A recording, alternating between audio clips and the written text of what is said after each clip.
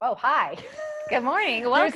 There's a lot of gesturing going on, a lot of panicking behind the camera that you don't see. Thank you very much for joining us for our webinar. I'm Jillian Sidoti. I'm Nancee Tegeder, and Jillian's letting me tag along with her today. So thanks. Yes, well, I'm a very generous person, as we all know. So today what we're talking about is the anatomy of a private placement memorandum, and we're going to tell you all about what should be in that private placement memorandum, what you should be putting in your private placement memorandum if you're a passive investor, what you should be looking for in a private placement memorandum. Now, we're trying a whole new camera setup here, and I told Timmy that he better not make the camera setup make me look fat, and he informed me that fat makes you look fat. So I would like you all to say farewell to Timmy because he's fired after this webinar. Anyhow, 10 years down the drain, Timmy. That's how it goes. And another thing, Tim's my brother. It's gonna suck to see him and my nephew homeless. Anyhow, so swell. Here we go. Let's get going. A lot on the black market these days. Babies do? Yeah. Babies. So you might not see me homeless. Your nephew, perhaps. I'm just Oh my God. Oh my God. We are diverging quickly. We're getting going. All right.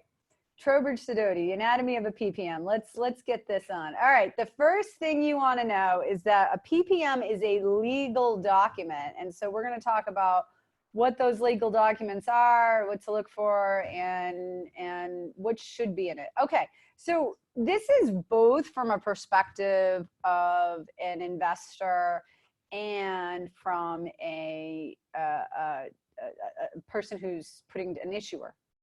So yeah, I think there's two sides of the document. And so if you are someone who wants to try and raise money, then you will need to hire a securities attorney to draft the PPM. If you're an investor and you want to give someone your money, they definitely should be providing you with a PPM. Yeah. And a PPM is basically, you know, all of the things that could happen during the course of the investment, also the things that you want to happen during the course of the investment. So you should be basically answering all those questions on the screen there, and completely, and almost in a depressing way. I like the picture you have with that. Oh, the skeleton. It really is. It's all your skeleton, and you want them out because, and that's what we tell all our clients, that put everything in up front because you don't want some secret or something that you should have disclosed that you didn't. I'm always hearing in the office, disclose, disclose, disclose. Yeah. So, yeah, all your skeletons out. When in doubt, just disclose it. And it's probably not going to be a big deal. Like frequent question I always get is like, should I disclose that I filed for bankruptcy several years ago? And the answer is yes. Mm-hmm. I actually had a client who had some very vicious investors or potential investors who called the SEC and the FBI on him because he did not disclose that he had filed for bankruptcy. It turned into an FBI subpoena, believe it or not. Nothing came of it, but it cost my client a lot of money to defend that subpoena. Whereas other clients that have filed for bankruptcy, which happens all the time, especially with the crash a few years back. Yeah. We put it in the documents, the investors see it, and there's never been an issue. No. As a matter of fact, it kind of shows that you've had your stripes, you've got some experience, you know what's going on. Yeah, and you probably won't let that happen again, hopefully. So I mean, whatever you think about the president, is he's filed for bankruptcy. His businesses have filed for bankruptcy several times, and he's president. So we'll just leave that one there. I won't bring up any more politics. Go out and vote today if you're in a state. I had a vote sticker, but I knocked it off. So I vote by ballot. I don't stand in line for anywhere. I'm way too important for that. So you are. I couldn't even say that. I had a vote by mail and I didn't send it in time. So I filled it all out and then dropped it off on my way home. So I'm halfway there. Did you do the same thing, Timmy? However you vote, just get it in. Yeah, just get your votes in. I voted for somebody who wasn't even running, which is sad and weird. All right, so what should be in a PPM? So the who, what, where, why, what could happen, how much, like how much money are you looking for? I mean, honestly, when we're writing a PPM, we're not writing your marketing piece. you're going to use this information as a basis for a marketing piece perhaps, but this is not a marketing piece. This is a legal document that is disclosing. This for you issuers is the get out of jail free card. I told you this and it's in writing right here. And for you investors, it's so you can be fully informed. So, you know, one thing I hate when I get a PPM is when they are totally somebody else's. that somebody, yeah, not my own PPMs are amazing. And we all know that. So no, but, and maybe you've seen this, ones that are overly confusing. Yes. Yeah. Yeah. And I think that's something with our PPMs, I like. They're easy to read, easy for the investors to understand. Right. I think you'd get some with a lot of legalese that isn't necessary. You still can get that legal language in there and make it a document that's understandable. Yeah, I fear the PPM that's too difficult to read. I really do. I think there's always a secret in there. And I'll tell you right now, I've been doing this. I've been in the syndication, you know, private equity space since 2005. So about 15 years. I've been practicing law since January 26, 2007. That's when I opened my law firm. And I will tell you, even I go cross-eyed when reading an overly difficult PPM. So the thing I can say to you issuers out there, to you attorneys who are looking for new ideas on how to run your practice, perhaps. To our competitors. To our competitors. To you investors out there, fear the PPM that's too difficult to read, because if it just creates mass confusion, brain damage. You don't know what secrets are in there. I do not like difficult PPM. So, but what you do want to do is make sure you're thoroughly answering the questions we have here. Oh yeah, forgot to mention at the beginning, we will be taking questions at the end. So if you want to ask us something, put it in the Q&A section, and then we'll go back to all of those at the end and go through them. Excellent. So, okay, so okay, who's the who? Who is the bios of the bios of the principals of the company? So who's in charge over there? Who the company is? How long has the company been around? What has it done? Where was it formed? Who the management company might be? And then who are the investors? What kind of investors are allowed to invest? Like there's all kinds of different types of investors. Under the law, we have 3 different types of investors. Unaccredited, sophisticated, and accredited. And so you want your offering to tell people, inform people who are the types of people who can be investors. I'll let you take this next slide, Nancee. Okay, the what? So that's the big one. What are we investing in?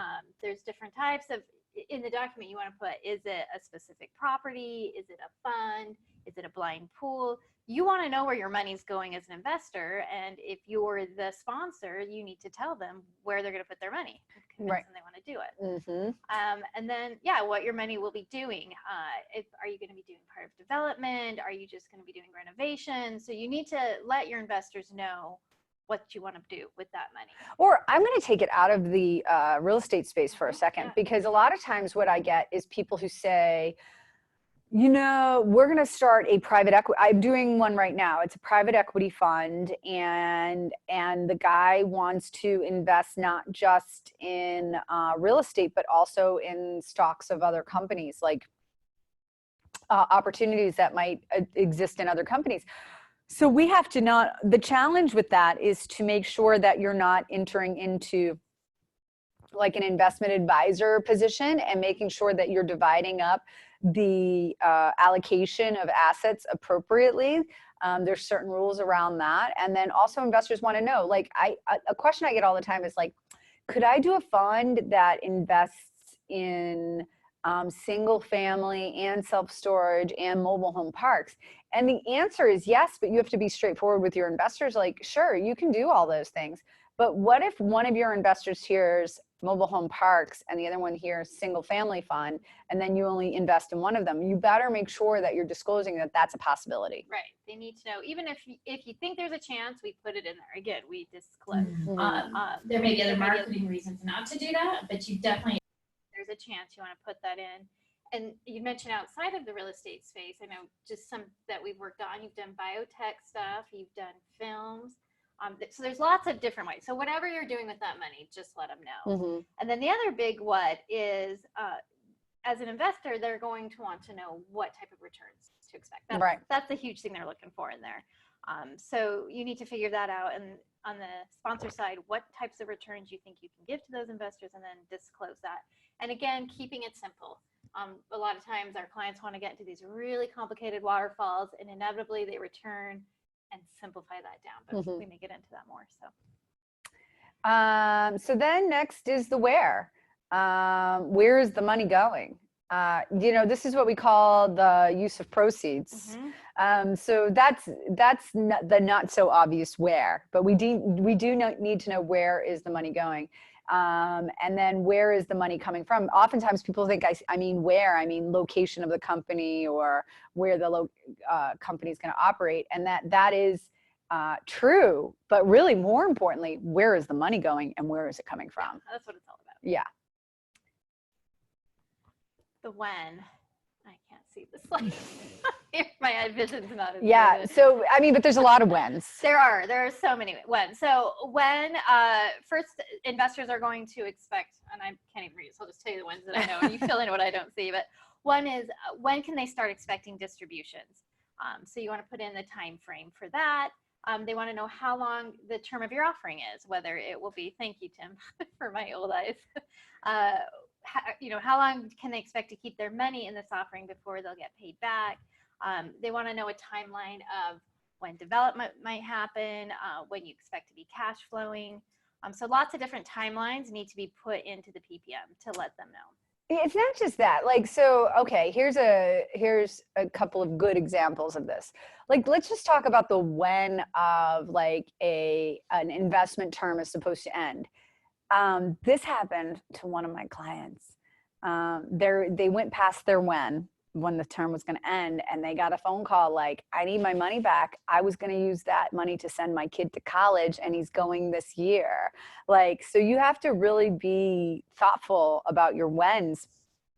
And what I always like, especially when it comes to, when it comes to any whens, to give a range of time. For sure.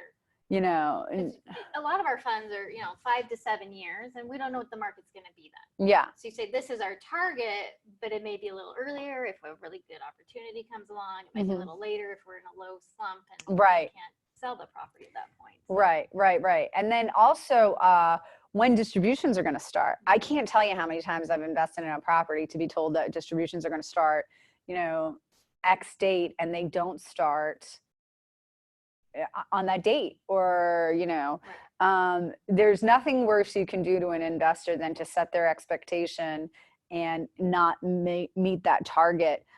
So you always want to draw things out. We strongly encourage people to say you're not going to pay distributions for at least a year, no matter what the property is, especially if it's value add. And we're seeing I don't want to be too obtuse or mysterious, but we're seeing issues with that now, where people promised distributions, we're going to pay distributions the next month, and they either don't make it, or they do something even worse, which is they pay when they shouldn't. They pay when they shouldn't. And what they're doing is they're using other investors' money essentially to pay a distribution. Yeah. Because their money's not being made from the company. So where's that money coming from? It's either coming from a loan or from other investors, neither, which is good. Right. So just be realistic with your investors. Don't think you have to do something. But I think that's a good point of why you put this time frame in there. So if you say, hey, we expect to start making distributions right away, you're going to attract an investor who wants a return on their money right away. I've been doing some opportunity zone funds. This is much more of a long-term investment, 10 years or more. So you're going to attract a different set of investors, those who don't need that paycheck every quarter, that maybe can wait 5-10 years before they start seeing that return. So your investor is going to read your document and know, is this the type of offering I would want to get in, and what type of return am I looking for? So that's why this is so important, that you get the right people in your fund that you're not going to upset because they were expecting something different. Yeah. I don't know.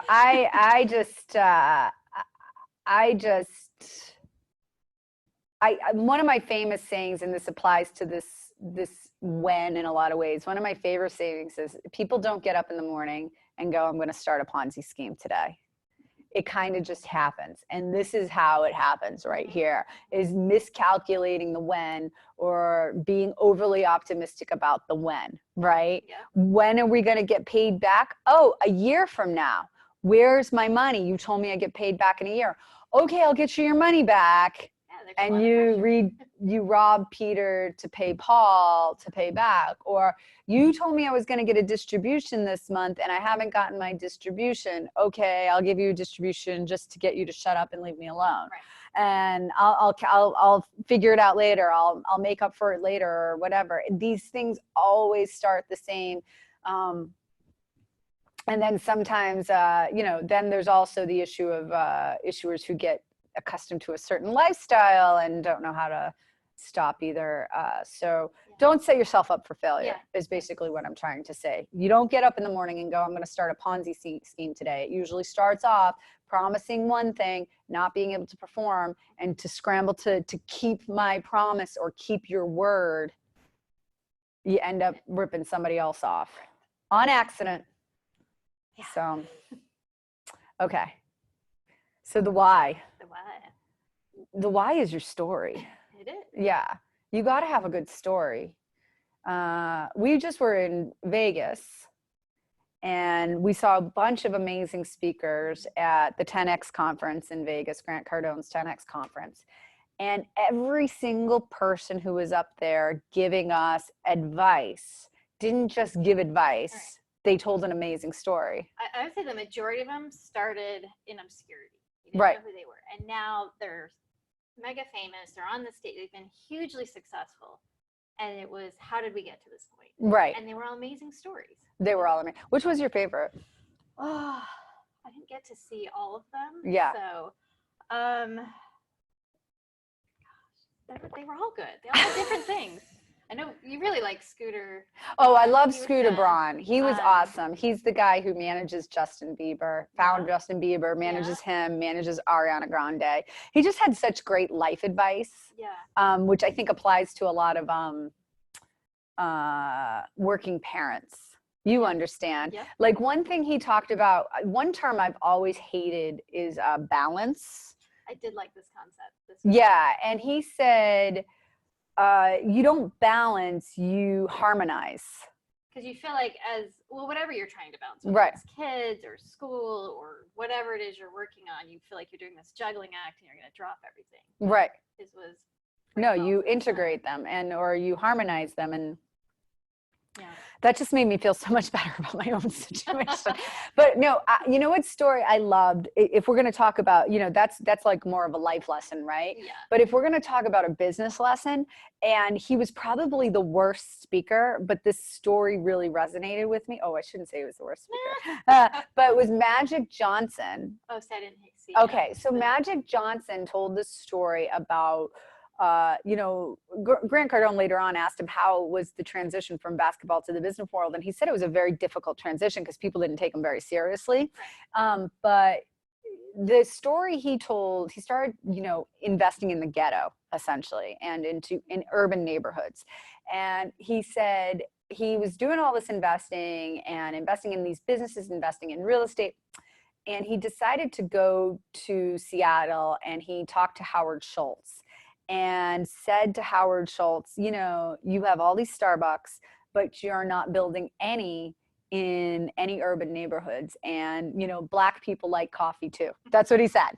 And so he said, allow me to build Starbucks in urban neighborhoods. But he didn't just build the Starbucks in urban neighborhoods. He spoke to the customer. He learned, it sounds so simple, know your customer, right? But he took it to a different level. If you go into a Starbucks, in any Starbucks here in Temecula, you're going to find scones and breakfast sandwiches and you're going to hear you're going to hear like acoustic type music.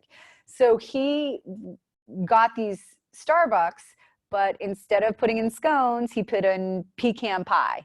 like food that was familiar to that community. And then he put in music that was familiar to that community. He didn't play, the acoustic Sunday type of music. Instead, he played soul music and R&B and things like that.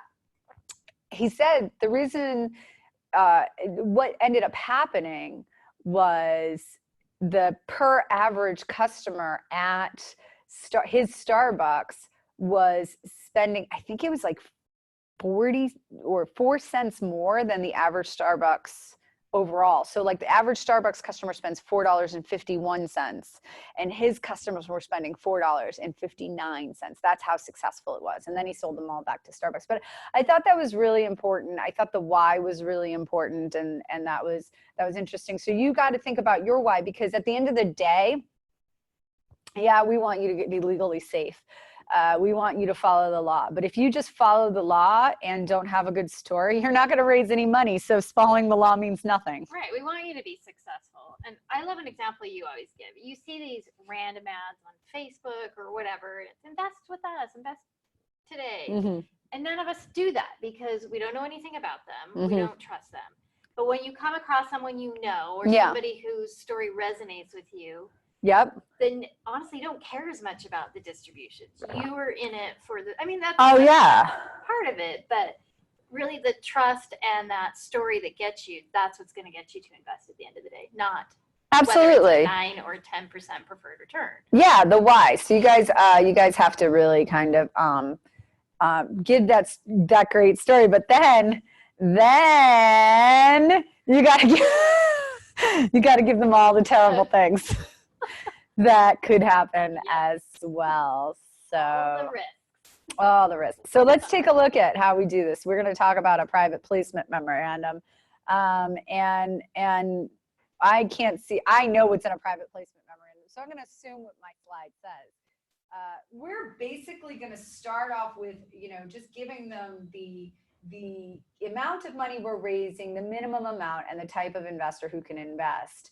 And then followed by all of that is going to be a bunch of what are called securities legends, which is basically legal mumbo jumbo that's passed down from both the state and the SEC that you're going to see in almost every PPM. And followed by that, we're going to see who's the investors that can invest and what does that mean. And you have to, this seems like, so much paperwork, and it is. It's a lot of paperwork. But it's required. But it's You required. got to do it. Yeah, and you really have to be able to tell people what an accredited investor is, what a non-accredited investor is, a sophisticated investor, and who can invest. Not all deals are the same. Not all deals are written under the same rules. So, and that's something we help with. We talk you through what your situation is, how much you're trying to raise, who your contacts are, and then deciding which type of offering to do and which type of investors to allow. Exactly.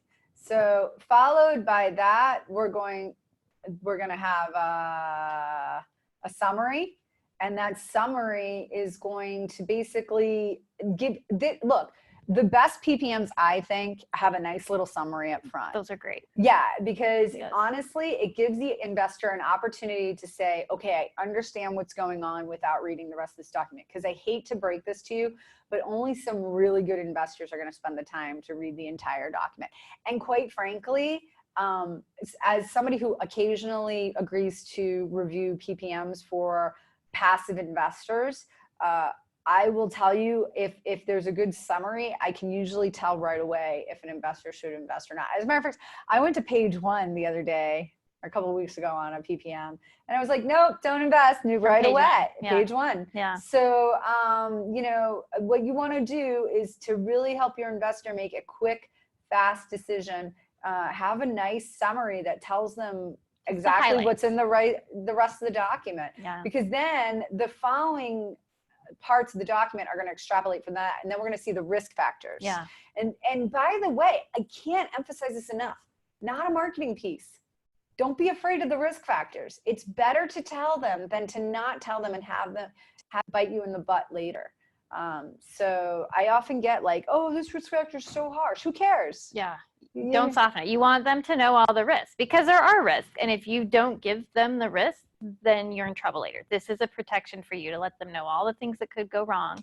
And most of them know it anyway. Right. If Yeah. they're accredited or sophisticated, they're going to be aware. If they don't know that there's risks involved with investing, they're not a good investor. shouldn't be They shouldn't investing. be investing. Yeah. So yeah. So then we have the use of proceeds. This tells people where their money's going. Remember, where. That's the where question. Where is your money going? And you also want to make sure you're disclosing to the investors. Are you as the manager making any anything off of the use of proceeds as well? Now, something we don't see a lot in private placement memorandums that are specific to real estate or LLCs is dilution, because our clients who are doing real estate offerings, generally speaking, don't suffer from dilution because their capital account balance is their capital account balance. If it sounds like I just spoke Greek, don't worry about it. Dilution just basically means like when an investor invests $1, it's worth less than $1 the minute they invest, because the company has like a negative net worth or it has so much stock already outstanding. That's not the case with a limited liability company, because limited liability companies work on a capital account balance basis and not on a price per share basis. So, and then what comes after dilution? You're writing Oh, your it's slide. company. Oh, okay. So the company. So you just want to give information about who's managing the company, who the players are involved. That's one of the first things we tell investors to ask about is who's the manager, what's their backup plan, who are their partners, what's their history, their experience, because you want somebody, if you're investing, you want somebody who knows what they're doing, who has a good track record. Exactly. Basic information about the company. Yeah. How to contact them. Because you want to provide an email, phone number, some way that if the investors want to talk to you, they need to be able to get a hold of you. You don't want to hide. No. And you really want to, and again, we were talking earlier about milestones and timelines and things like that. This is really where all that information is now going. So, so you give a snapshot up front in the summary, and then you're going to come back in this company / management section. Now, actually, in our private placement memorandums, we don't even put this in the private placement memorandum. We believe that your business plan is a living document, and your private placement memorandum is not so much. So instead of disrupting your entire PPM to make these descriptions, we put this in what we call Exhibit 4, our business summary or investment summary.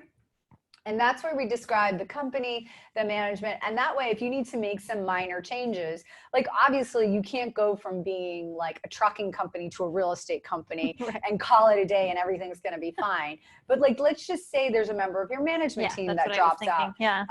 Or you change like I had this happen recently where a client was like, we're going to invest in Texas, Florida, Georgia, Tennessee, right? Those were the 4 states or whatever.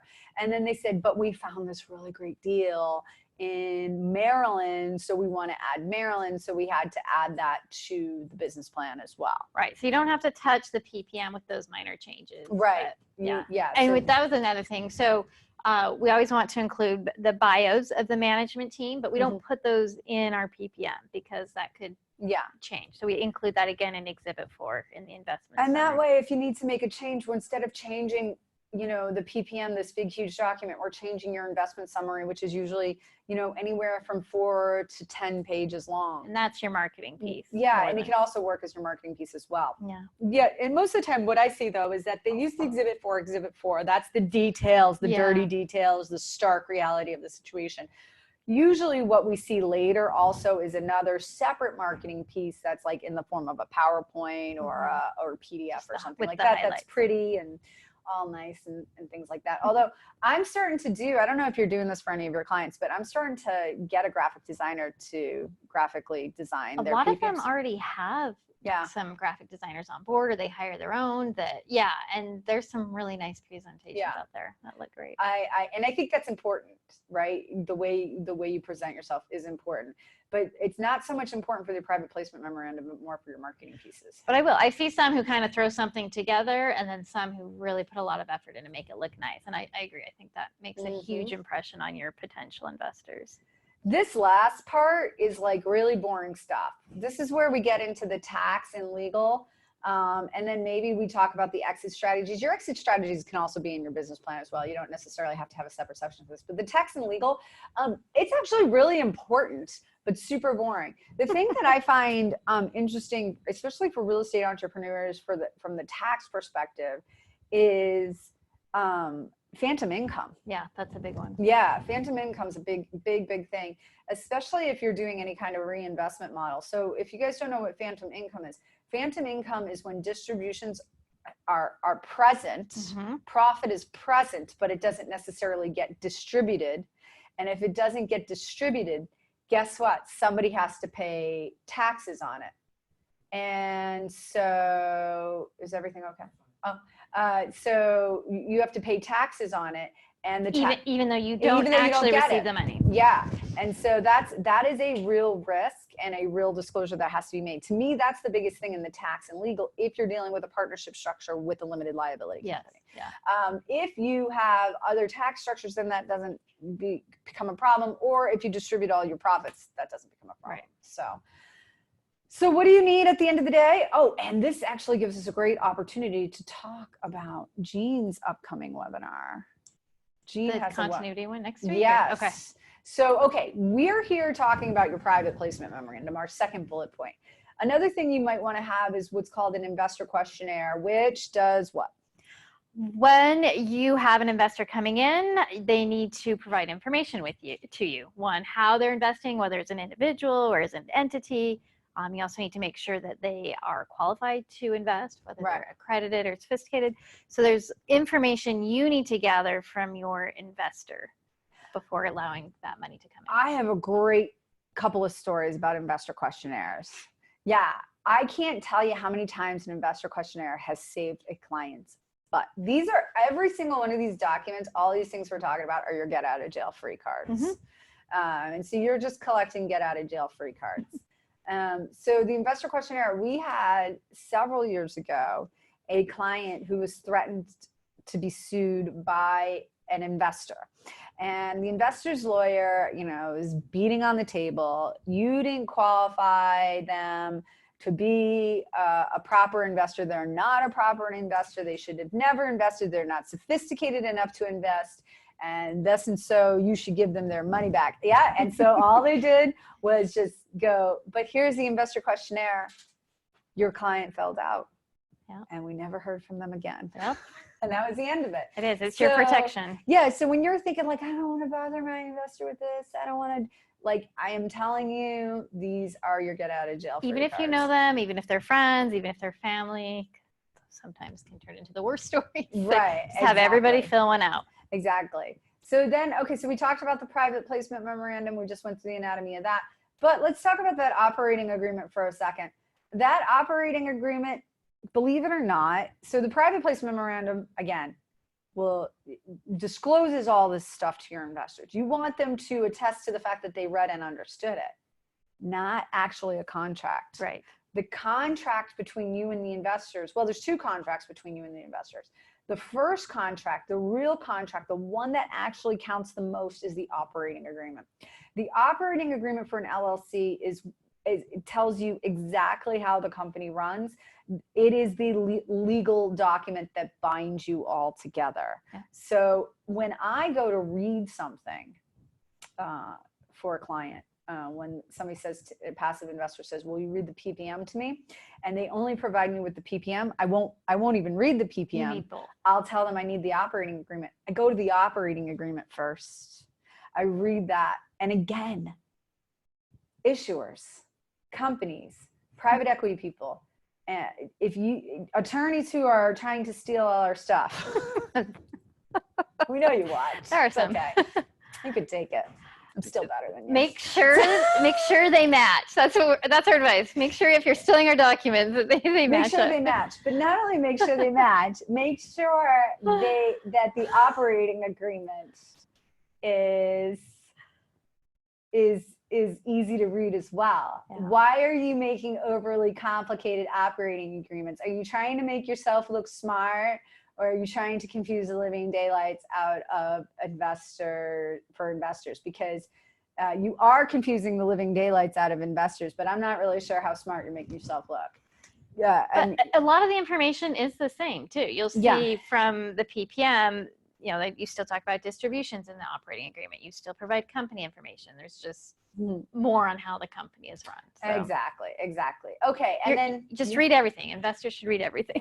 Investors should read everything. But if you're relying on a counselor to help you through this, such as an attorney or CPA, and first and foremost, I recommend an attorney over a CPA for these purposes, because a CPA is not going to necessarily know what to look for from a legal perspective. And an attorney will tell you to consult with a CPA after you've consulted with them. So the order of operations on this should probably be attorney, CPA. Yeah. So, but let's get back to that operating agreement, which is the document, the actual legal document. You want to read that first. If it's easy enough to read and you're satisfied with that, then go on to the PPM. And before you start critically analyzing the PPM, go to key sections from the operating agreement to the private placement memorandum and make sure they match. I cannot tell you how many times I read an operating agreement that has a distribution section that says something totally different than what was promised in the PPM. Yep. And that operating agreement is the document that rules, not the PPM. So you could say all you want, but what they said in the PPM was this. Doesn't matter. Yep. So it's an operating agreement that counts. I read an operating agreement that had a definition of, what was the definition? The definition was required interest. Okay. So required interest could control the entire company. Okay. Okay. And required interest was like 60% of the, so like if 60% of the vote was, or it might have even been less than that, I don't remember, but it was like, if this amount of the vote comes through, then all of these things can happen. Like it was just a defined term, right? Okay. And then it said, so-and-so, we'll say John Smith has the required interest alone. Oh. Hold on, I haven't even gotten to the best part. So now one person has Controls everything. Trumps everything. John Smith wasn't even in the company. It was like an outside guy who had nothing to do with the company. And he could control everything. He could control everything. I don't know if John Smith So you even told knew. them to invest. John Smith So you even told knew. them. Wow, that's bad. Yeah, Oh, very bad. yikes. So Read your documents. Read your documents. Issuers, read your documents. And you know what that was? That was a finalized document that was sent out. No one had read it. No one had read it. The attorney who wrote it hadn't even read it. Yeah. Clearly John Smith hadn't read it. And then the issuer didn't read it either. So read it either. Read your documents. Yeah. And investors have documents. Yeah. And investors have documents. Yeah. So then finally, we have a subscription agreement that glues everything together. That's what you're going to sign as an investor before Yeah. you turn your money over. Yeah. And let them know how much you want to purchase. And do you want to tell them about Form Ds and U2s are consent to service a process in states. You don't necessarily need to know what that is. Your securities attorney will help you out with that. But why don't you talk about the Form D for a second? So Form Ds on the back end, this happens. So once you've closed your deal and you've raised your money, you have to do something on the back end. So for investors that have put money in, you are required to file a Form D in whatever state that investor is located in. If you have 5 investors from one state, then you just file it in the one state. If you have 5 investors from 5 different states, then you need to file 5 different Form Ds. And so you just do that on the back end. You have 15 days from your closing or from receiving that money. Well, there's some gray areas in there, but generally you have the 15 days from once you get that money to file the Form D with the state. Some states have penalties that you could incur if you don't get that form filed. It just depends on the state and where your investors are located. So we walk you through that whole process, but that is required. Even though it's federal law, you still need to let the states know where these investors are coming from. Exactly. So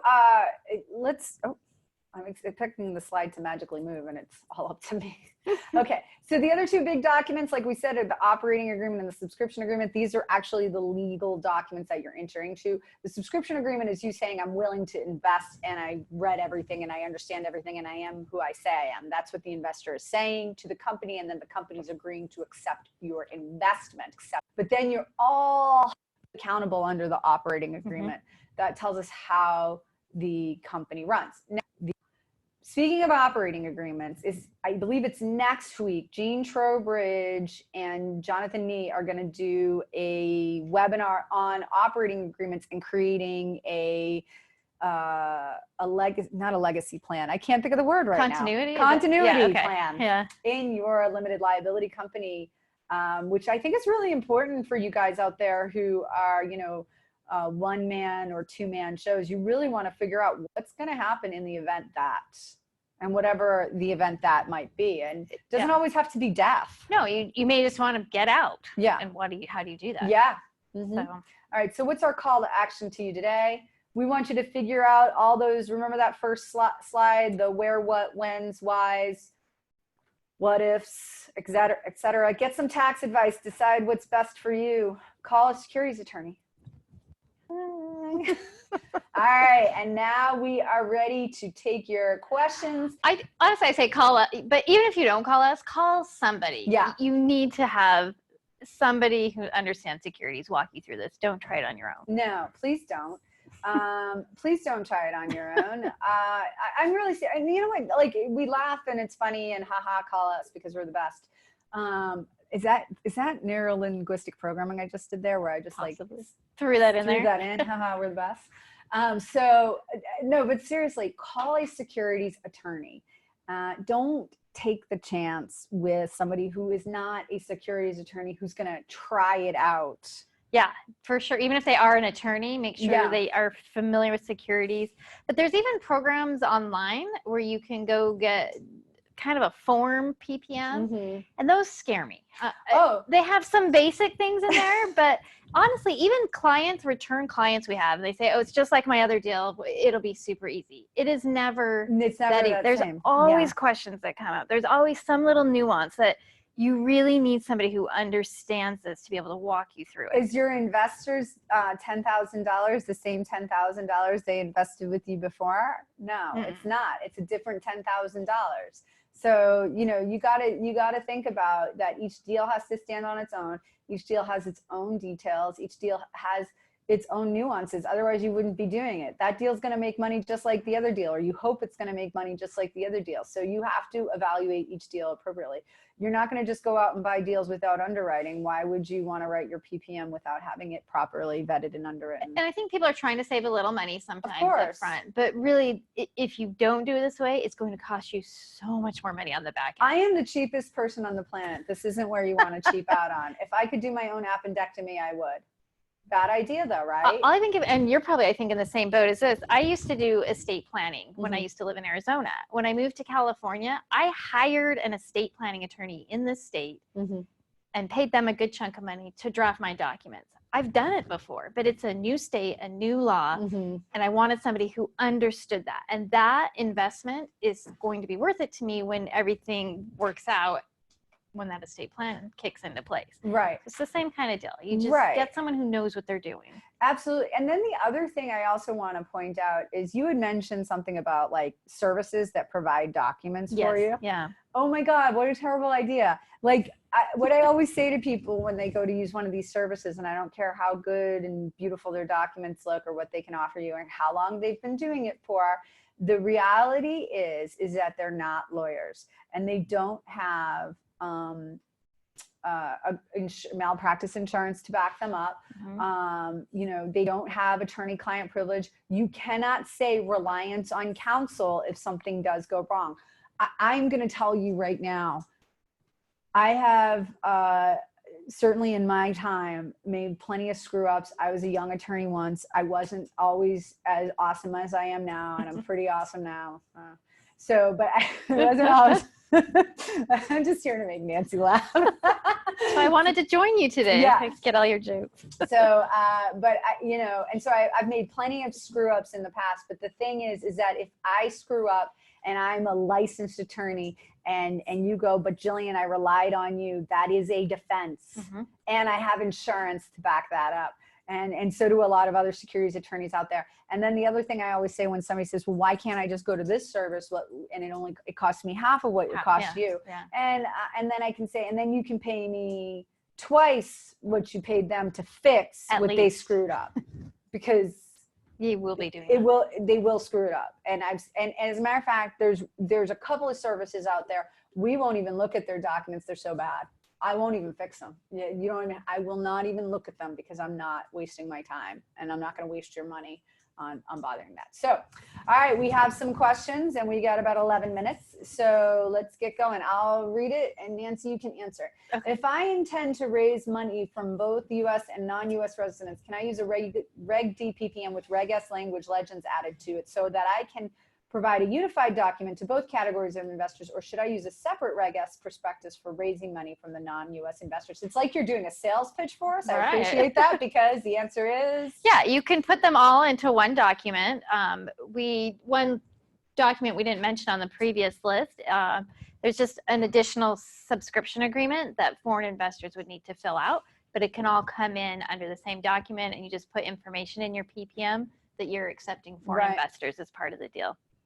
This is a great question. Does the time when return of money starts have to be a calendar date or can it be based on events? Here's the thing, you're setting your own timelines. You just want to set reasonable timelines based on your project. So for example, you would say, like, let's just use a single family, for example. We are going to take your money, we're going to rehab this single family residence, then we're going to sell the property, and at that time we're going to return your money to you.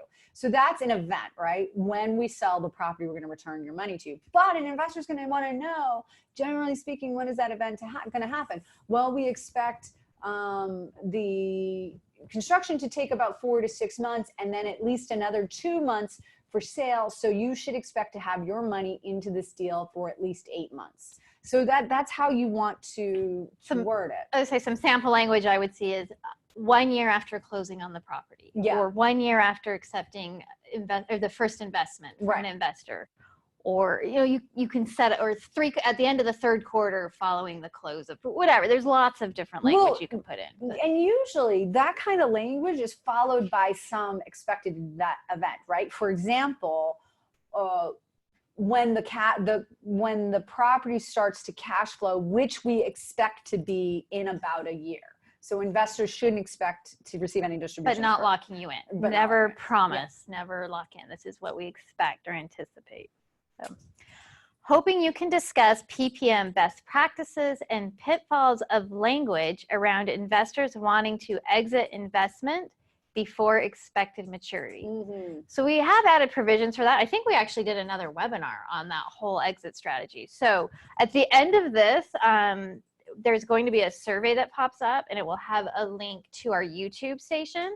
So if you want to go on there, there's a way more in-depth webinar about that type of exit strategy prior to the end of the offering. But yes, you could include language in there if you have some withdrawal provisions or somehow if an investor needs to get out early. But definitely go check that out and get some more information on what that exact language would be. But yeah, definitely put that in the PPM. Karen's asking, who pays, and it's nice to see you, Karen, who pays the taxes on phantom income? Didn't catch that, thanks. So actually, well, it's your investor's liability, right? They're gonna pay their taxes on their income. So they're supposed to pay taxes on phantom income. Now, what I see some clients do is that in the event that there's a tax liability for an investor on phantom income, the issuer will make what's called a tax distribution specifically for the purposes of covering any potential tax liabilities, just so that they can pay the taxes. So for example, let's just say they say everybody's in a 30, we're assuming everybody's in getting this as investment income. I don't know which that would be at, like 20% perhaps. So instead of 100% of the distributions, they distribute 20% just so the investors can cover their taxes. And then reinvest the remaining. Yeah. Yeah. Can we attract interstate investors? I'm thinking he might have meant interest rate, maybe not. So with the Reg D PPMs, that is a federal offering. So you can have investors from every type of state. If you meant intrastate and you're just having investors from within one state and your property's in one state, everything is contained within a single state, that's an intrastate offering, and that's a different type of document. a lot of this similar information goes into it, but this PPM is specific for the Reg D federal offerings. All the offerings under, and I'm getting technical now, but all the offerings under rule, if you think about the law as a tree, you have the Securities Act of 1933, that's the big federal law. Under that is Regulation D, that's a federal exemption from securities registration. Under that are rules. There's two rules, 506B and 506C. Those are the rules we focus on. Rule 506B and Rule 506C are both what are called federally covered securities. So that means that the states can't really make any rules that are like harsh. They can only go by what the feds have set out. So that's why we like to use 506B and 506C, because we're really under the auspices of one big federal rule. Mm-hmm. So any recommendations on timing issues? Should you have all of your investors lined up and ready to go and then get the PPM? If you get a PPM first, what if it takes a while to get the investors? Okay, both good questions. So we usually recommend our time frame we put in our contract is it's a plan on 30 days to get all your documents. I would say usually we can do within a week to 2 weeks. It's a quick turnaround. The reason we have a little bit longer of a time frame is we're often waiting on the sponsors on their end to get their information together. But once you have a property identified, and usually we recommend if you have a letter of intent, at that point would be a good time to reach out and start getting things in place to get your PPM put together. You definitely can be talking to people you already know. One thing to caution about is if you are plan on advertising, that's one type of rule. And I would recommend not doing any advertising until you clarify with the securities attorney what type of offering you're doing, because that may not be allowed under one of the type of offerings you want to do. And it would, if you do that advertising before talking to anyone, it might already prohibit you from doing a certain type of offering. Yeah. So they kind of go hand in hand. Definitely if you have people that you know and are already talking to, that's fine. But you know, for me, I don't want you to run out of runway, right? Because you can talk to investors all you want until you're blue in the face, but you can't take their money until you have documents in which to take their money, right? So if you have a time crunch on your hand with a property and you got to get your money in, assuming that that's what you're doing, then you should probably get your documents together sooner rather than later. Yeah. Including the date of when the asset, for example, real estate, will be sold, may trigger the IRS to treat the investment as inventory or warehousing the real property for the purposes of reselling it.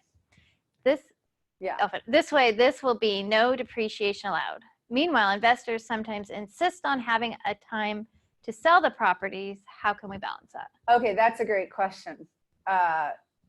I think it depends on how long you hold the property and if you're a dealer. And honestly, that won't necessarily run through to your particular syndication or your particular fund. It will run to you, the manager, as the dealer, and your passive investors will still be considered passive investors for IRS purposes. And that I know what you're talking about, Samuel, and you're talking about the difference between ordinary income and cap gains or investment income. And so if your investors are truly passive, they're not going to be taxed at an ordinary income rate. I'm laughing at the next question. Okay, what is best, a syndication or a fund? We get that question a lot. It depends. That's always the good lawyer answer. So if you have a specific property that you know you want to invest in, and this is your first time, I would recommend doing the syndication. Yeah. It really helps with, it's your first time doing it, your investors want to see an actual property that their money is tied to. If you've never done it before, you just have this fund and you're not sure where you're investing yet, that might be a little bit harder for them to put their money in. I'll disagree to a certain extent when, like, in dealing with single family or smaller multifamily. Or if it's someone who's very experienced in real estate already and knows what they're doing and they're ready to take their business to the next level, then at that point I would recommend a fund. So yeah, I mean, I'm gonna defer you to our YouTube page as well, Albert, because we have two, and I think I already sent these to you. We have two videos on YouTube. One's called How to Start a Real Estate Fund, and the other one's called How to Do Your First Real Estate Syndication. So watch both of those. And then hopefully that will help. Yeah, that's why I say it depends on your particular situation and experience. Mhm. what you're trying to do. Oh, this next one has your name on it. Oh, so- okay. Jillian, how much does it usually cost for the whole set of documents? Well, it just depends on how much money you're going to raise. But honestly, I'll be just straight with you guys. You want to expect to spend about $15,000. That's a very average number. If you're spending if you're raising less than $1 million, it goes way down. But for the most part, you want to expect around $15,000. How would a passive investor go about locating an attorney to review the PPM on their behalf? It seems most attorneys are focused on preparing PPMs, not reviewing them. Any tips for finding attorneys willing to review a PPM? I don't know. I feel like we got to start this service. I though. think Georgia has actually reached out to me to review, and because our policy as a firm, again, she's right. We do focus more on the preparing. We steer away from reviewing other attorneys' PPMs. It's always turned out bad for me, and every time I go back into doing it, I end up hurting somebody's feelings in a very major way. So how do you find somebody? I actually have somebody that I've been recommending. So Georgia, you're welcome to contact us, and we'll send you off to that I person. may have sent her that name, but Okay. if that hasn't worked, let us know. We'll try and help please you do. find someone else. Please do. Anything Okay. else? Are we good? I think that's all That's our it. questions. Oh, wow. Look at right on time. Well, thank you guys, everybody, for coming out today. We appreciate it. You have a wonderful day. And don't forget to come see Jean's webinar on LLC continuity programs, and take the survey at the end, please. We want to Yes. know what kind of content you want in the future and what you're looking for. Thank you so much for joining us. I'm Jillian Sidoti. And I'm Nancee Tegeder. We'll see you soon. Bye. Thanks. Bye.